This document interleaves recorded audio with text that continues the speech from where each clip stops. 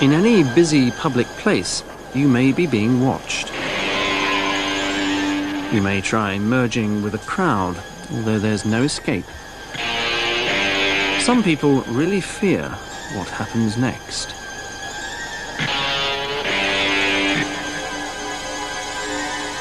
Excuse me, have you got a couple of minutes? Could I ask you a few questions?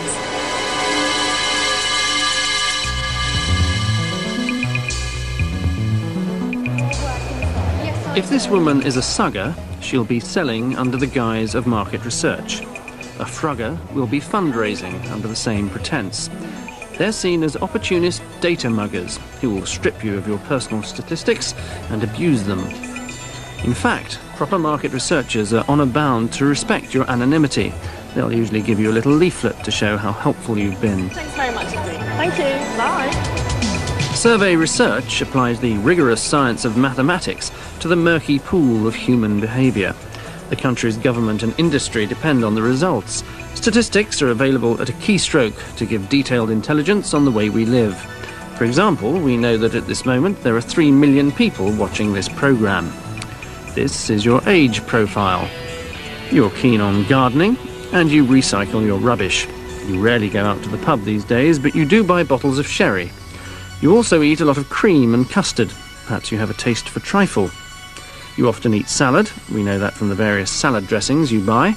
That's to say, we think we know, because just lately there's been a crisis of confidence in the market research industry.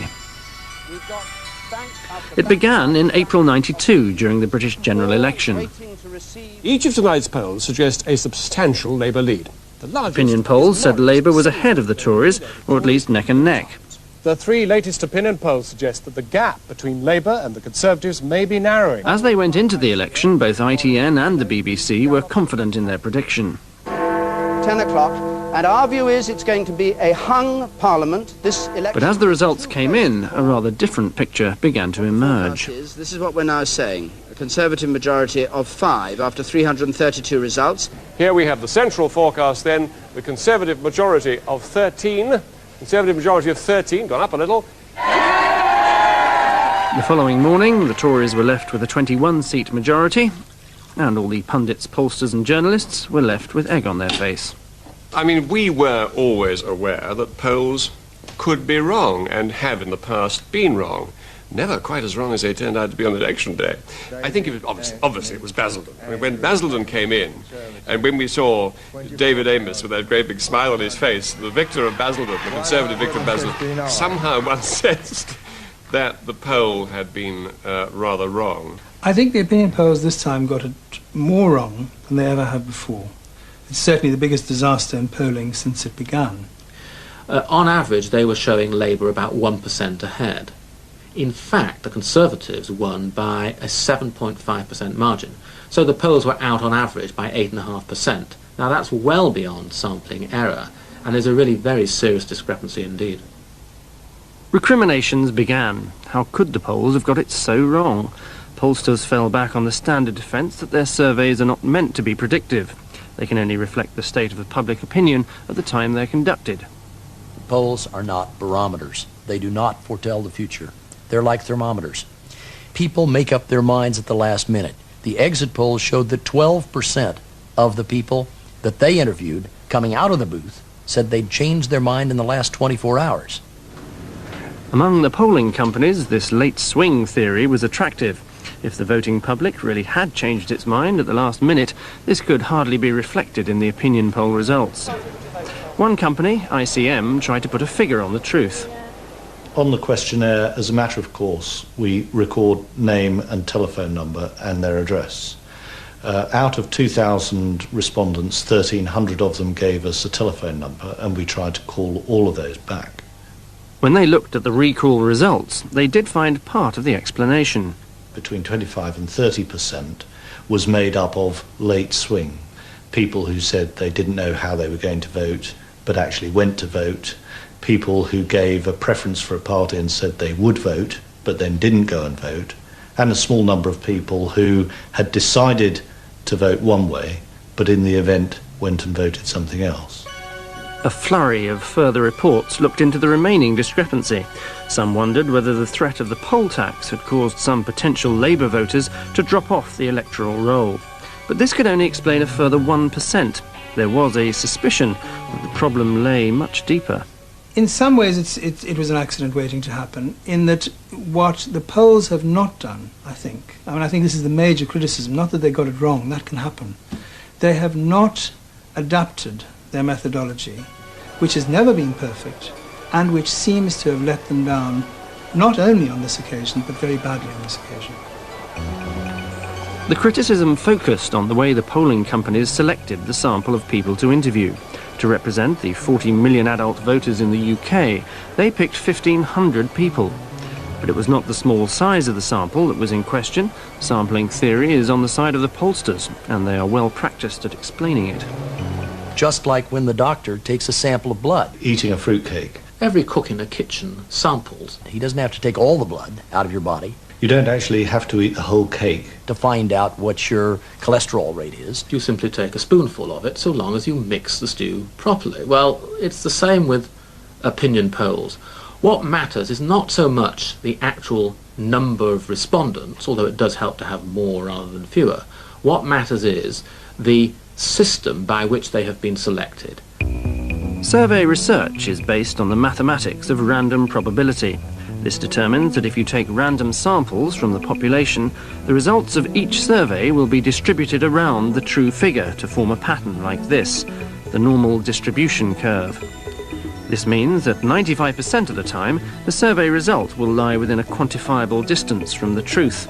This distance is usually given as a plus or minus margin of error. It varies with the size of the sample. For an opinion poll, the Labour and Tory figures should have been correct to within a margin of 2.5%, provided the samples were truly picked at random. However, the opinion polls did not use a random sample. True random sampling would mean taking every nth person from the electoral register. And that is impractical, really, to do, because it would mean an interviewer going to interview one person and being paid a day for doing so. So it becomes prohibitively expensive. What we do in market research more commonly now is called quota sampling.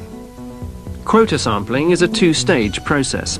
First, they make a random selection of 100 constituencies and send a researcher to each one to interview 15 people.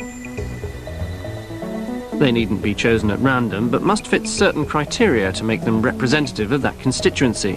Here in South London, the quotas were set like this. I had to get 7 males and 8 females, and then I had to get various classes, ABC ones, separately C2s, separately DEs, and 4 different age groups, whether they worked full-time, part-time, or didn't work.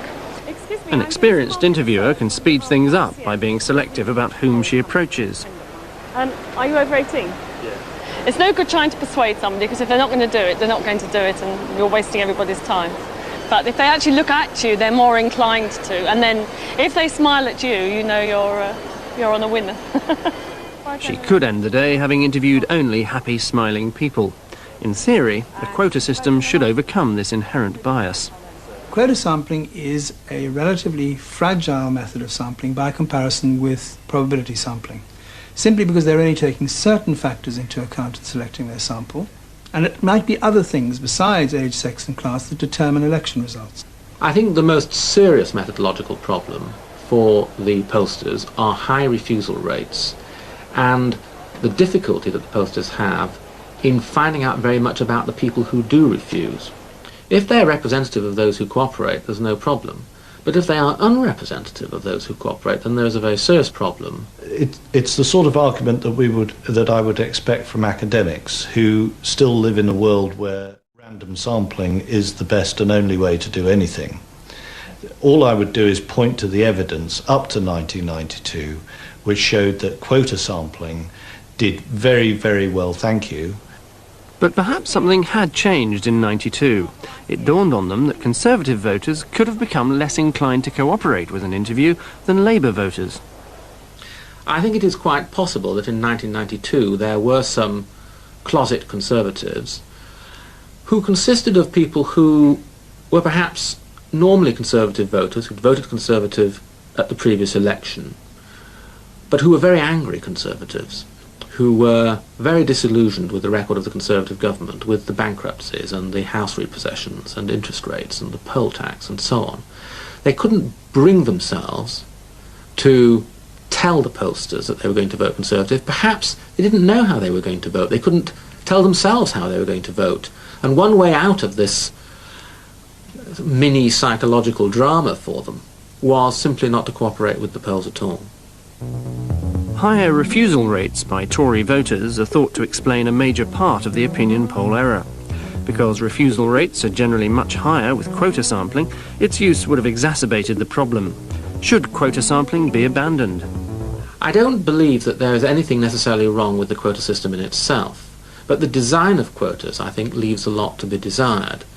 Age and sex really don't influence the way people vote very much. They have a mild influence, but no more. Whereas class is a very, very difficult concept to define. One solution, I think, might be to introduce differently designed quotas. Quotas that are designed in terms of factors that have a much stronger bearing on the way that people vote. One indicator of how someone will vote is how they voted last time. At ICM, they looked at whether a person's past voting history could be used to weight the opinion poll results. In our sample, we may find that 40% of people say they voted Tory, or 40% of the people that said they voted Tory. And we know that 42% voted Tory. So we get the computer to say you have 40% of people here, make them 42. What it means is that each of those people that we've actually interviewed counts for a little bit more than one person in the final sample. Weighting is an established technique for correcting imbalance in a sample, but statisticians warn that it should be used carefully, and only when there is an accurate measure of the degree to which a sample is skewed. If opinion polls were weighted by reported past voting, could they be sure that this information would be accurate? No, that has been proven over and over again to be misleading. Peter Kellner, when he was working at the Sunday Times, and I discovered in about 1975 or 1976, looking back at the previous election, that half the people who voted Liberal forgot they did. Anybody who uses past voting behavior as an indicator of the next time's voting behavior is going to seriously underrepresent the Liberals, and they are seriously going to overrepresent whichever party won, because half the people who voted Liberal thought they voted for the winner last time. With no agreement on how to change the system, there's a strong argument for the status quo. 6 elections, we've been virtually spot on. In the 7th, we get it wrong. We are not going to throw baby out with the bathwater too lightly. Just because we got it wrong in '92 doesn't mean that we're going to do anything too precipitously. But opinion polls are just a small part of a market research industry desperate to restore credibility.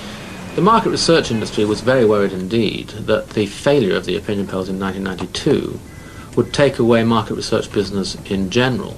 We do in fact use a different phrase, opinion polls, for political surveys, and as such they tend to be distinguished, perhaps distinguished too much, from other kinds of market research. In fact, the principles of survey-based market research are the same as those of opinion polls. The Market Research Society encourages good practice and leans heavily on those who give the industry a bad name. They particularly hate suggers. Excuse me, have you got a minute? Penny Rigdon works as a freelance interviewer and was recently employed to stop people and get answers to a questionnaire. But she was not actually conducting a survey. She was selling under the guise of research. Are you confident that you're covered sufficiently with insurance? It was just to get people talking and perhaps just to stop them, you know, rather than stopping them and saying, have you got insurance? It was just a case of, do you live in the area? Do you come here? Do you shop here? Are you married, separated, you know? So they think, again, that could be something to do with market research. And then, how confident are you that you're adequately covered with insurance? And then I think then, perhaps a few people do think, oh, twig. But they do, of course, have a choice at the end to say either, yes, I would like to know more, or no, thank you. Thanks so much for helping us anyway. Bye-bye. Proper market researchers take pains to distinguish themselves from the suggers, but the damage seems to have been done. I mean, I do see people standing in the street with the clipboard, but I tend to give them a wide berth. Market research depends crucially on public cooperation. If people think they're going to be exploited, their response rate will fall. The MRS received many complaints about this mail shot from a cancer charity. It looked like a survey researching links between diet and cancer, but at the bottom was a request for donations. To the MRS, this was frugging, fundraising under the guise of research. We've had dozens of complaints from members and from members of the public sending them in saying, this is not really market research, is it?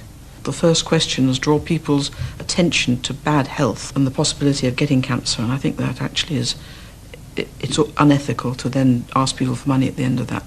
The market research industry is certainly exercised about keeping the public on its side, and quite rightly, because yes, response rates are important, and in many cases the people who won't respond are the people to take most seriously. This is the problem with phone-in polls. They're very popular, getting thousands of readers to phone in their vote, but their methodology is questionable, as the professional researchers love to point out. The problem is, this is not representative of anything except those people who were interested enough in the topic, had the money to pay for 38 pence per minute for the call, and were trying to express their view. It's more likely to be people who are negative to something than people who are positive to something. Fortunately, there are ways to assess the validity of survey results. I think there are a number of common sense questions that anybody who wants to judge the value of a piece of research should ask. How was the sample drawn up? How big is the sample? What were the refusal rates? What were the questions asked? Is it full of leading words and phrases? So a well-trained reader of a research report ought to be able to tell quite how good the research is, or if there isn't enough information to tell that reader, then the reader ought to ask and find out. So how does current market research measure up? One of the largest consumer surveys in the country is the National Readership Survey. It asks people what newspapers and magazines they've read and estimates how many and what type of people the advertising in those publications has reached. Maura Carr is one of their researchers. This is how it works. The survey uses a large sample of 35,000 adults a year and is one of the few random probability samples still used in consumer research. It picks addresses at random from the post office address file, a handy database of all homes, which is kept regularly updated. When the researcher finds the address, she has to make a further random selection of one adult in the household to interview. If the person is unavailable, no substitution can be made, and the interviewer will have to call again. This is an expensive, time-consuming process. Oh, good morning. I'm Maura Carr. I'm from Research Services. The home of the Paulin family, and Jeanette Paulin was the selected adult. The NRS uses the aided recall method, inputting data straight to a laptop computer. Titles of the different publications are used as prompts. Card number 1, which I'll key in. Now, will you tell me, please, for each publication on this card, if you can remember reading or looking at any copy of it for at least 2 minutes in the past year? Have you read or looked at Racing Post in the past year? No. No. And Sporting Life? No. The Sun? Yes. Yes. Daily Mail? No. There are 230 publications on the survey, which takes some time to complete. The next questions establish the demographics of the respondent. Can you give me the occupation details of the chief income earner in the household? Would that be your husband? Yes.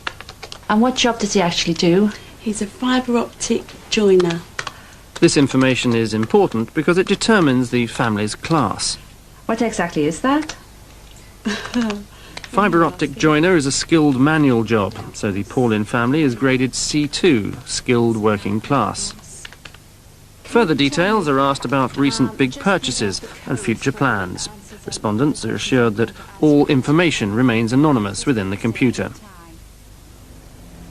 The next interview was in the nearby town of Ascot, in a neighbourhood of ornamental grass and cypress trees. Homes like this are quite likely to give a good response rate. The most difficult are blocks of flats with entry phones.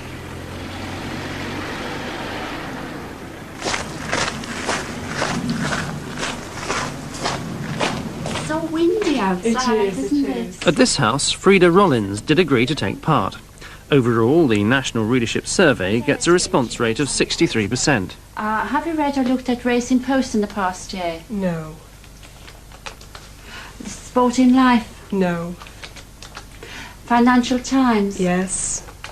Okay. Have you read or looked at The Independent in the past year? Yes. Frida Rollins is herself a management consultant, but the chief income earner was her husband. I ask the occupation details of your husband, please. Yes. What kind of firm does he work for?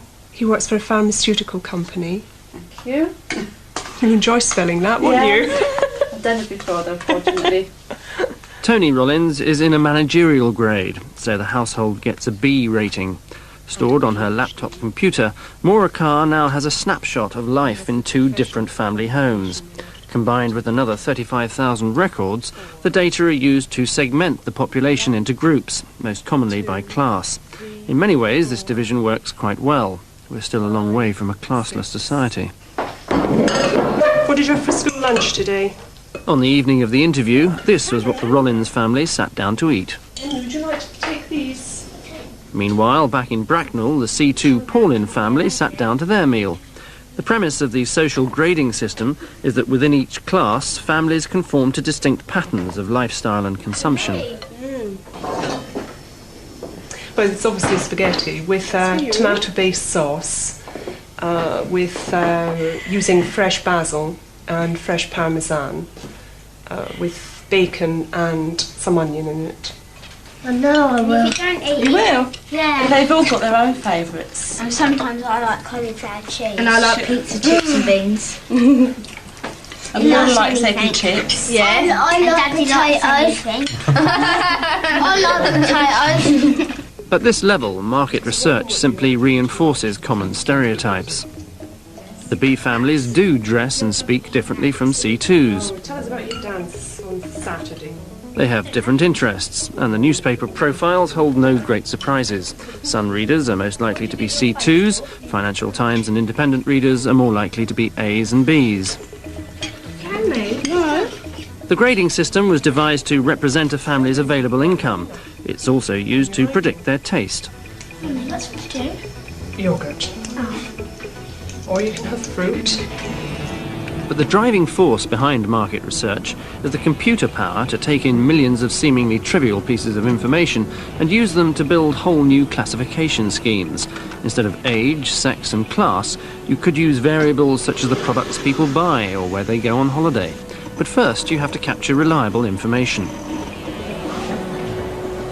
The Target Group Index is a large survey which concentrates on household products. It's based on a questionnaire which people are asked to complete and send back.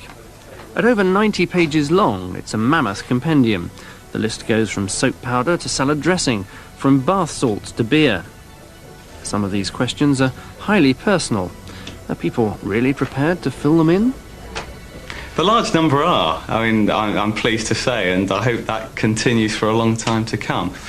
Of the questionnaires that we successfully place, 70% of people actually return a completed questionnaire.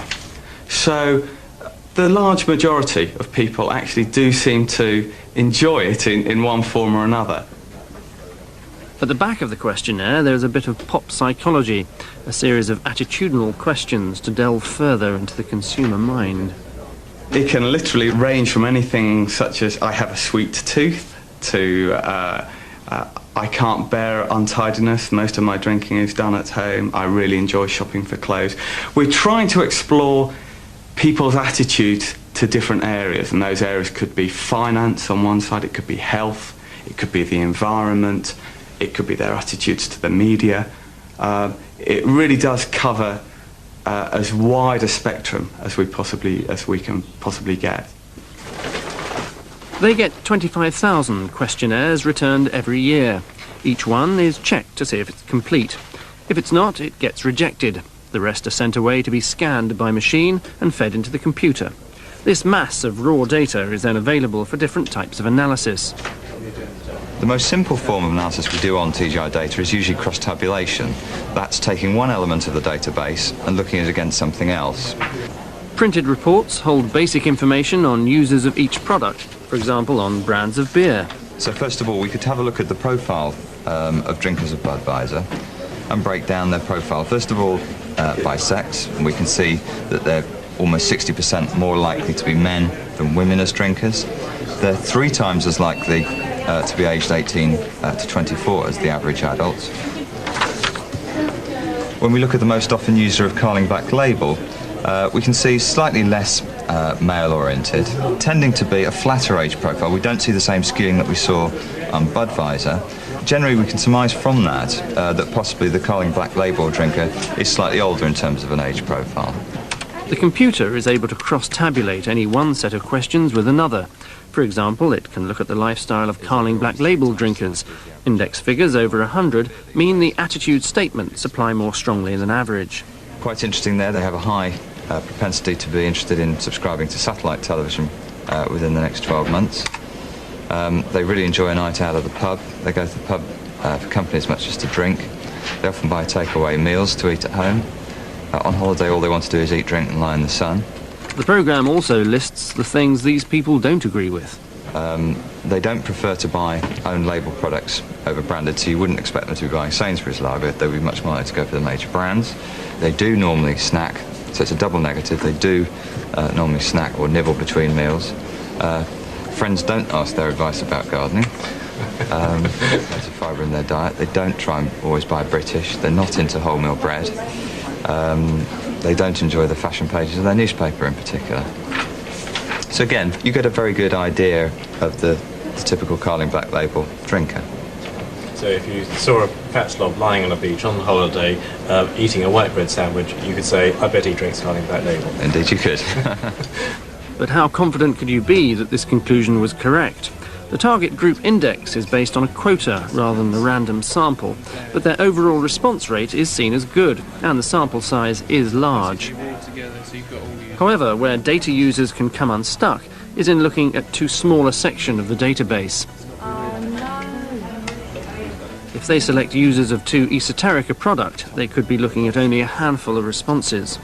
If you try to find somebody who buys baked beans who's been to the Bahamas for their holiday, sample sizes do tend to get a bit smaller, and therefore it's up to the users of the data to ensure accuracy. We always tell them what sample size the analysis is based on, and we also highlight to them where any individual cell of data might be based on a sample size of, say, less than 60.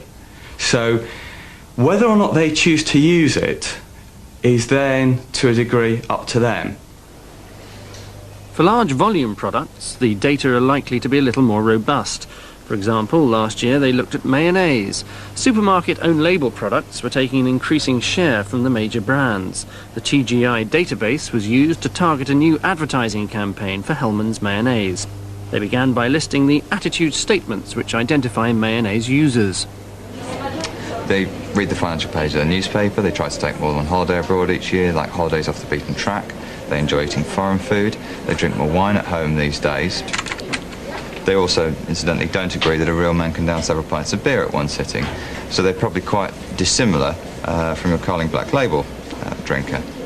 They sifted and compared all these variables to construct a profile of the typical consumer. They sent their report to advertising agency Delaney, Fletcher, Slaymaker, Delaney and Bosel, who held the Hellmann's mayonnaise account. They cast a practiced eye over the numbers. I think it'll complete the picture now. And set their creative team to work. Excellence in advertising often involves the invention of catchy new names for things, and this campaign was no exception. But here the names were applied not to the product, but to the consumers.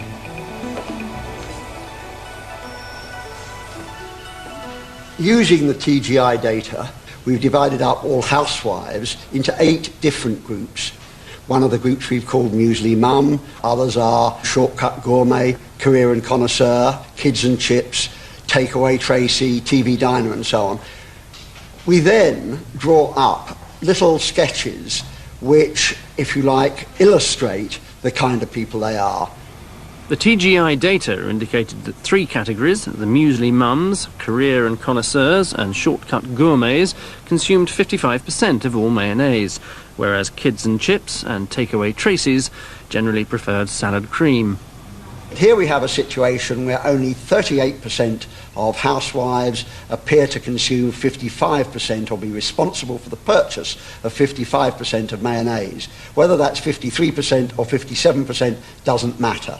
They are responsible for the purchase of an awful lot of all the mayonnaise that's sold. This segmentation would seem to square quite well with the 2 families from the NRS survey. Frida Rollins is probably Career and Connoisseur, or maybe a Muesli Mum. Does she buy mayonnaise? Yes, we do, and we very often go for Hellmann's. The category Kids and Chips comes to mind for Jeanette Paulin. Well, we use mayonnaise and we use salad cream. Salad cream for the salads, but Paula likes lettuce and mayonnaise sandwiches for school. So we buy the mayonnaise for that, and if we've got some prawns in the freezer, then we use it for that for a prawn cocktail. Any particular brands you go for? Heinz. However, the main competition that Hellmann's faced came from the supermarket own label mayonnaise. Unfortunately, the TGI profile for the 2 products was very similar. They needed to find something that distinguished own label buyers from those who went for the branded item. In cases like this, market research companies often suggest a different kind of analysis. Karen Ashton is a qualitative researcher for Taylor Nelson. Her work involves spending considerable time with each subject. For this visit last November, she arranged to spend the whole morning with Sharon Brown in Surrey. The research started by taking items out of Sharon's larder and asking her why she'd bought them. Teenage and older children, perhaps, and adult cereals. Would you mind if I just had a quick look at what you've actually got in the way of mayonnaise? No, not at all. After a bit of preliminary probing over breakfast cereal, Karen broached the subject of salad dressings. Right, so you've got the 3 then. You've got the Heinz salad cream, the Hellmann's and the Delight. Yes. Would these 3 tend to be what you'd normally have in the store cupboard, or did I come on a lucky day when you've just been shopping? What's the sort of... I generally have Hellmann's mayonnaise, and I generally have a small salad cream. But this is new. I don't usually have this one, but I quite like the packaging, and I liked the idea of it being reduced calories. I thought I'd try it. So what's Hellmann's got about it that the others haven't? Can you sort of... It's creamier. I think it's much creamier than the others. To me, it tastes creamier. So that's quite an important criterion on my mayonnaise, is the actual creaminess then. I think so, yeah. Then it's off to the supermarket, so Karen can be present at the precise moment when Sharon chooses brand X over brand Y. They call this process accompanied shopping. Use it, and I'll buy it. I'm going to use it today, but I don't. Only for one day. If he was here, that would appeal to him. Right. Having the get these types of things, multi-packs. Are they something you ever buy, or? Sharon and Karen spent an enjoyable morning together at the supermarket. Later, from her notes and a tape recording, Karen could have reported that Sharon chose Hellmann's mayonnaise because she thought it creamier, but had also been tempted by a rival product with a novel upside-down plastic bottle. Was this useful information? A research company would visit no more than 20 households, so the results could never have any statistical significance. But that's not what the researchers were after. This is not numeric-based information, it's trying to get attitudinal-based information. So you're trying to get a feel for how people understand a product area and what their emotion is associated with it. What they don't know is whether people have the same emotions with a researcher standing next to them as when they're shopping on their own. Qualitative research does throw up some of the reasons why people choose one brand over another. Maybe it's taste, maybe it's packaging, maybe it's value for money. To estimate how much effect each factor has on sales, a different methodology is needed. A popular survey tool for this is panel research. Panel samples do have some advantages over one-off cross-sectional samples. To be able to go back and interview the same person for a second or subsequent occasion does allow one to identify and measure change more accurately than if one was comparing two quite separate polls conducted at different points in time. At Taylor Nelson, they've adopted a particularly high-tech approach to panel research. They've placed 8,500 portable barcode scanners with families like this. Every time Beverly and Mick Sullivan come home with the groceries, they use the device to record the purchases they've made. The barcode reader is a smaller version of the supermarket scanner and automatically identifies each product by its unique barcode. Well, for how much? Had it before, 169. 169. Not so automatic is the entering of the price of each item. That still has to be looked up on the till receipt.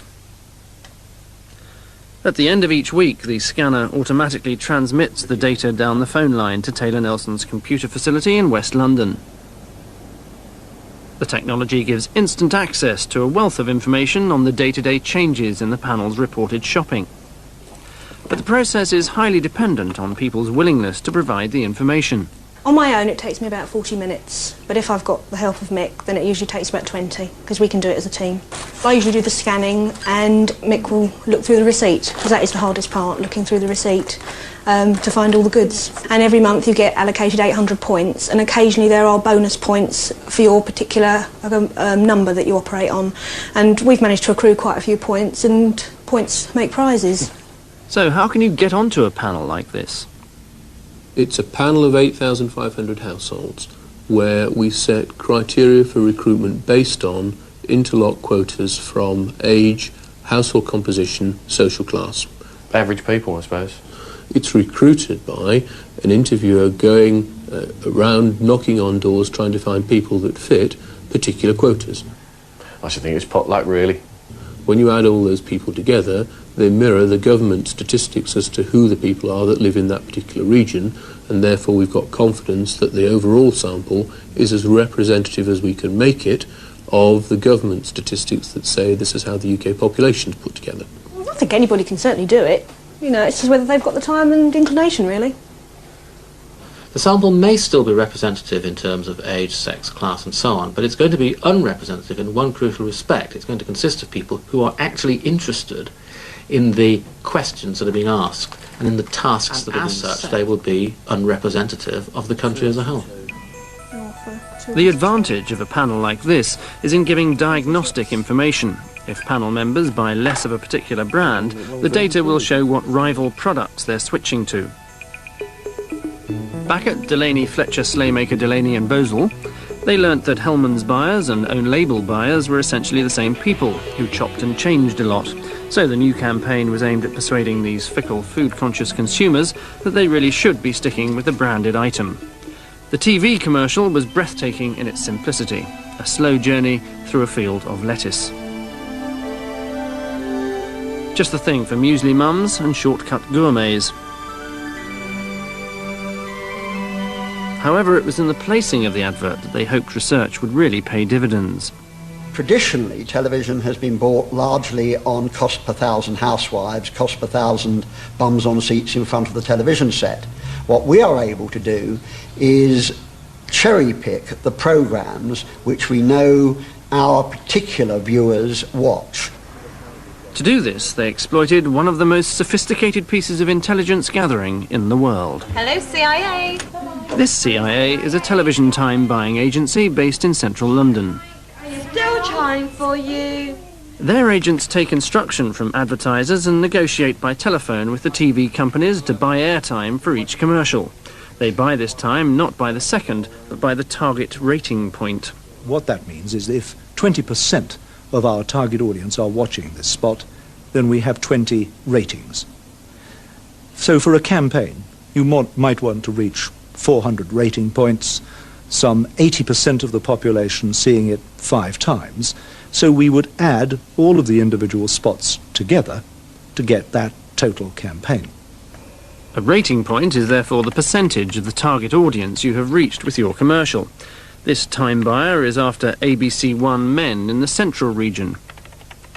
He has two options: to go for one big catch like the centre break of News at 10, or take several smaller dips in Channel 4 News. The computer estimates how many ratings he's likely to get, and this determines the price he pays. We use the television audience research to help us to decide which spots to buy. But we don't just buy the spots where we want them to go out, because there is a price attached to each of them. So the television audience research becomes the currency with which we and the television companies trade and negotiate. These ratings points are actually produced by the Broadcasters Audience Research Board. They report audience rating down to 1 decimal place.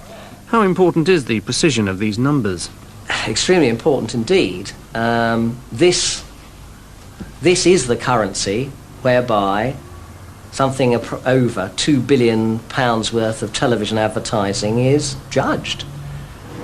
The rating system is run for Barb by two companies, RSMB and AGB. AGB handles the actual measurement process from their West London computer centre.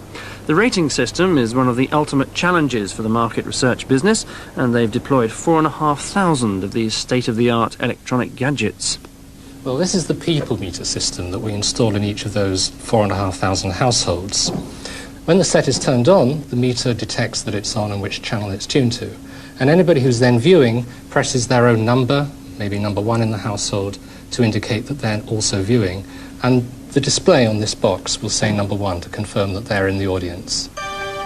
The actual identity of these Barb panel homes is a closely guarded secret, but they're selected to represent the population by life stage, household size, class and education. On each of their TVs sits a meter, which knows automatically what the set is tuned to. It's up to panellists to register that they're in the room watching. In the early hours of every morning, the meter sends a record of the previous night's viewing to the computer centre. It arrives as a series of viewing statements that indicate every change of channel and every change of audience. What we have here is a sample of viewing statements for home, in this case number 13964, 9th of November. And here is the time to the nearest second at which they turned on their television, and channel 33 is BBC 2 from Crystal Palace. And the next second, person 1 arrived. By compiling those results together, we can estimate the proportion of people watching any channel in any area to any programme for every minute of the day and night. Plotted out, this gives an instant reading of the nation's TV viewing. This is what it looked like on Monday, January the 4th. But this is, of course, just the output from 4,500 metres. How accurately can it reflect the behaviour of 15 million people? Well, there are two sources of error or variation. One is the sampling error, the fact that we're not monitoring every television in the United Kingdom. But we can use statistics to calculate the margin of error associated with just basing our figures on a sample. And for instance, on a recent Monday night, Coronation Street, we estimate, was being watched by 37% of individuals in the UK. There's a margin of error of about plus or minus 1% either side of that 37% at a 95% significance level. This calculation assumes first that the panel is as unbiased as a true random sample, and second that the panellists are all pushing their buttons accurately. Is this not a tall order? That's the goal, yes, that's the goal, of course. You are always conditioned by what proportion of people will cooperate in any ongoing survey. But again, yes, the goal is clearly to keep the numbers to within standard statistical error. But providing research data of this sophistication has thrown a bit of a spanner in the works. The advertisers have started to notice that they aren't always getting the ratings points they thought they'd paid for. There are growing problems here, particularly in homes which have many channels. We are now experiencing the growth of the zapper, where the consumer, happily watching the programme, will move away from that programme rather than watch some of the advertisements. It's clear that as soon as the end credits started to roll on Coronation Street, the audience picked up their remote controls and zapped away from the adverts. The principal cause of this is the lengthy list of editorial credits, which the producers of so many programs seem to think is an essential part of television. Unfortunately, the viewer, by their zapping, is voting with their fingers and is switching off. Empowered by market research, advertisers are calling for changes in television programme format. I think it would be a good idea if television either removed end breaks and concentrated the commercials into the middle of the programmes, or alternatively, the producers stopped putting their credentials at the end of the programmes and had them printed in the TV and the Radio Times. Analysis also showed that zapping varied by programme type. Some programmes, like sports, had high audience but were much more prone to zapping than, say, a good TV drama. Advertisers began to suspect that they could get an edge in buying airtime if they could measure both audience size and audience appreciation. It was suggested that the people meter could easily be programmed to prompt the audience for this additional information. There's no doubt that technically it seems to work, and indeed I've seen it in action with prompts, and clearly with some minor software enhancement it can work here. But I don't believe that anywhere in the world it has been validated. What is the effect of collecting additional information on the measurement panel? This is unknown territory, but taking multiple electronic measurements from a single panel has great potential. Putting a TV audience meter in the same household as a shopping barcode reader would give direct measurement of advertising effectiveness, what adverts people see, and whether they then go and buy the products. Could it work? Well, I'll give you, not my reaction, but I'll give you the reaction of the World Federation of Advertisers. And it's a reaction which I take no part in, but I'll give it to you. They say that viewing panels in Europe should not, repeat, not, be subject to further tasks, either appreciation scores or single source product data. That's their reaction. So they don't seem to be too enthusiastic about it. But there could be another way. There's a new technique of harnessing the latent power of market researchers' existing databases. It's called data fusion. What we do is we look across a number of different common variables to both BARB and to TGI, and what we then do is to take the closest possible match to that BARB panellist and ascribe the TGI information from the TGI questionnaire onto that BARB panellist. For each of the 9,000 people on the BARB panel, they find a person on the TGI database who matches the television panellist by age, sex, class and other known variables. They then fuse these two individuals together as if they were one and the same person. This provides a very precise guide to television watching and product purchase. For example, on Monday the 4th of January, there was a particularly high level of mayonnaise buyers who watched Brookside on Channel 4, but then switched to the drama on ITV at 8:30. If this weren't the middle of winter, these would be ideal slots to promote your own brand of mayonnaise. Data fusion is seen as the cutting edge of market research. People could be fused from many surveys to create a set of virtual consumers, invented people who exist only in a computer, but whose lives are mapped out in incredible detail. What they watch on TV, what newspapers they read, their hobbies, their politics, their grocery shopping. With no worries of bias from an overburdened panel, all manner of data could be ascribed from one source to another. The problem is, this breaks all the rules of good statistics. The precision of the results could just be an illusion.